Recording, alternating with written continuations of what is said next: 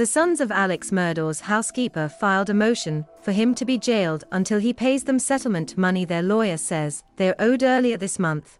Bland filed a lawsuit against Murdaugh on behalf of Satterfield's estate seeking the money they say they are due. In Monday's motion for civil detention filing, Tony Satterfield and Brian Harriott asked Judge Carmen Mullen for an order requiring the arrest and detention of Alex Murdaugh, in accordance with South Carolina Code Section 15-17-201, until such time as the defendant returns to the petitioners the property that he has fraudulently embezzled from them.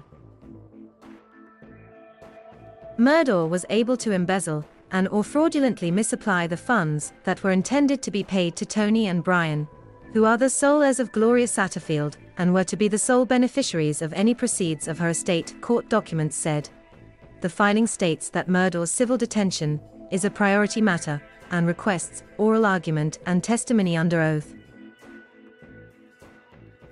Multiple investigations surrounding Murdaugh. Earlier this month, the South Carolina Law Enforcement Division said it was opening a criminal investigation into Satterfield's death and the handling of her estate. The investigation was initiated based on a request from the Hampton County coroner that highlights inconsistencies in the ruling of Satterfield's manner of death, as well as information gathered during SLED's other ongoing investigations involving Murdaugh.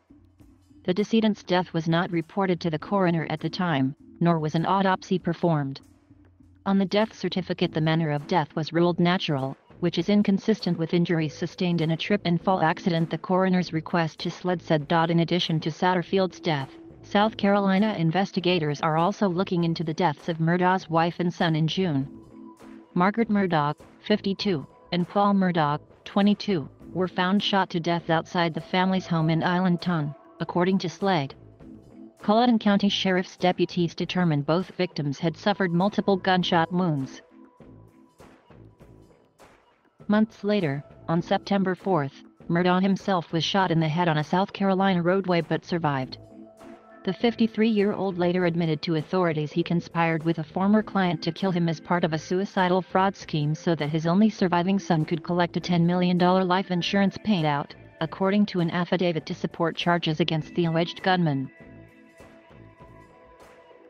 Murdaugh has since been charged with insurance fraud, conspiracy to commit insurance fraud, and filing a false police report. He appeared in court on September 17 and was given a $20,000 personal recognizance bond. Murdaugh faces other legal and personal issues as well.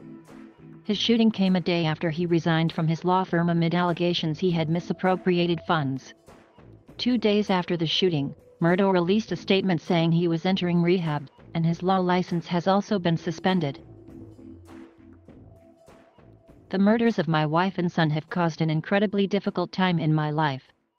I have made a lot of decisions that I truly regret, he said in the statement. I'm resigning from my law firm and entering rehab after a long battle that has been exacerbated by these murders. I am immensely sorry to everyone I've hurt, including my family, friends, and colleagues. I ask for prayers as I rehabilitate myself and my relationships.